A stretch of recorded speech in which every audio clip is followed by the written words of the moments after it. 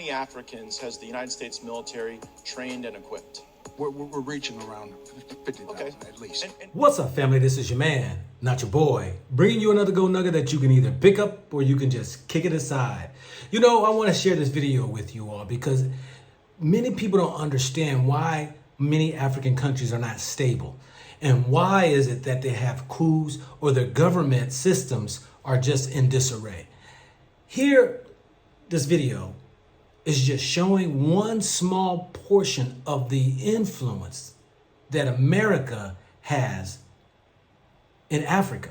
Now, you know, European countries, whether it's Russia or whether it's over in Germany or France or whomever, are training Africans to disturb the stability, freedom, and liberty of the people. Check this video out and I'll be back.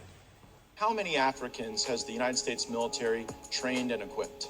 We're reaching around 50,000 at least. And what percentage of the people we've trained end up participating in insurrections or coups against their own government? Very small number. Colonel Mamade Doumbouya, that's him with a bunch of U.S. service members outside of our embassy. And just months after this photo was taken in 2021, he led a coup in Guinea and threw out the leader. Congressman, core values is what we start off with in IMA programs. Do we share those values with Colonel Doumbouya? Absolutely, in our curriculum. He led a coup. We do. So I guess the question is, why should U.S. taxpayers be paying to train people who then lead coups in Africa? How many governments have to be overthrown by people we train before you sort of get the message that our core values might not be sticking with everyone? What do you think? Let me say this right here.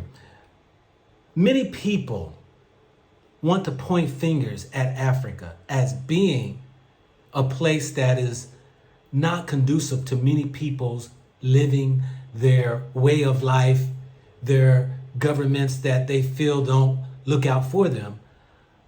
But it's the same country that they're coming from or where they live at that really should be the blame.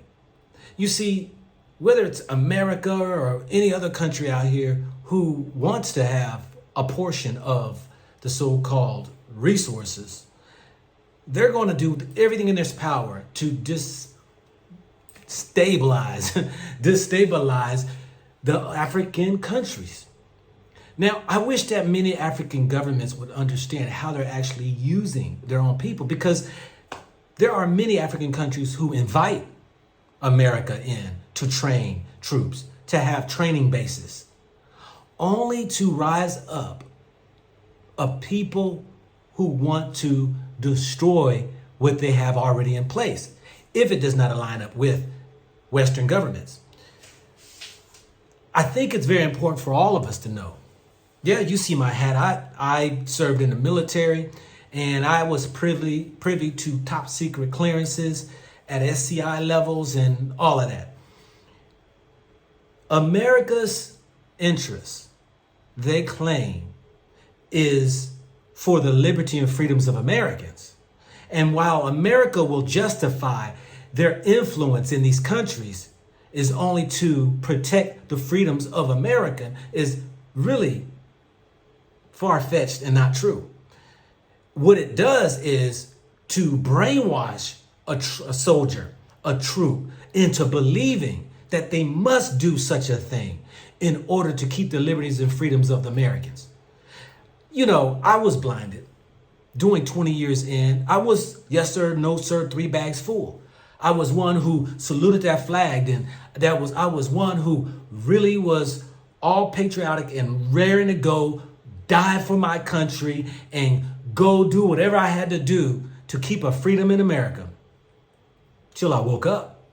And when I woke up and I discovered we were not protecting the liberties and the freedoms of the American people, but we were fighting for the liberties and the freedoms for those who have the money, those who have the vested interest in oil, gasoline, some would say, those who have a vested interest in these resources that these countries are supplying these Western worlds. And yet, when you come back home, especially I did, after coming from a war like, the Kuwaiti War, then it was all eyes and the truth coming to surface.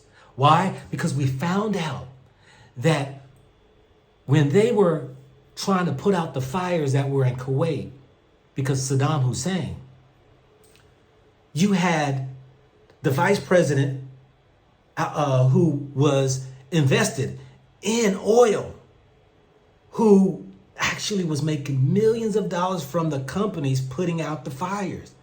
We were no more than just mercenaries going in, removing Saddam, supposedly helping Kuwait, when all the while it was those people, the Bush families, these other people who had their investments in the resources of Kuwait that wanted to remove him in order for them to even make much more money. My heart sunk when I came across the truth. And I know many people call this a conspiracy theory, but we have many videos out here that shows the troops who were out on the grounds, there on the warpath, that were showing exactly what was going on. No different than when we were over in Afghanistan and we were fighting against the Taliban and, the so-called terrorists. And yet we were really there to protect the poppy fields. The poppy fields that you get cocaine from. And that was the huge interest of America, was to try for the pharmaceutical companies to have this poppy fields protected and get paid billions of dollars. I want every last one of you all to understand something, that even I'm approached too, that people ask me, should their sons or daughters join the military? And I say it's got to be a personal choice, but do your homework before you go into a place and might lose your life for the sake of what? I've known troops to die in the field. I know troops who's died in training. I know troops who died in missions they went on. Troops who died in being stationed in other places. All for what? The freedom of America?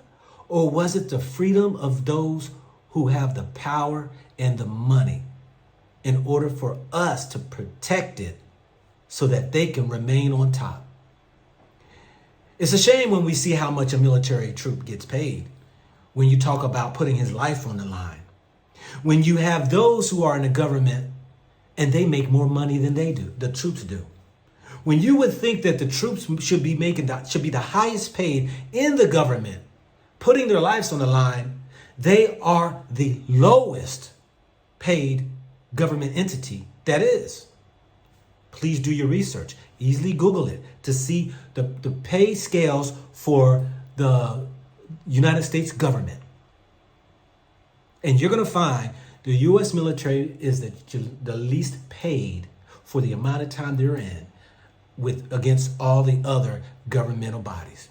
Well, there's always a snake in the grass. There's always one who is always looking out for their own best interests. And Africa needs to wake up and realize you're being used by those who are coming in, training your supposed military troops in order to rise up in case you don't do what they want you to do. This is your man, not your boy, bringing you another gold nugget that you can either pick it up or you can just kick it aside. Think about it.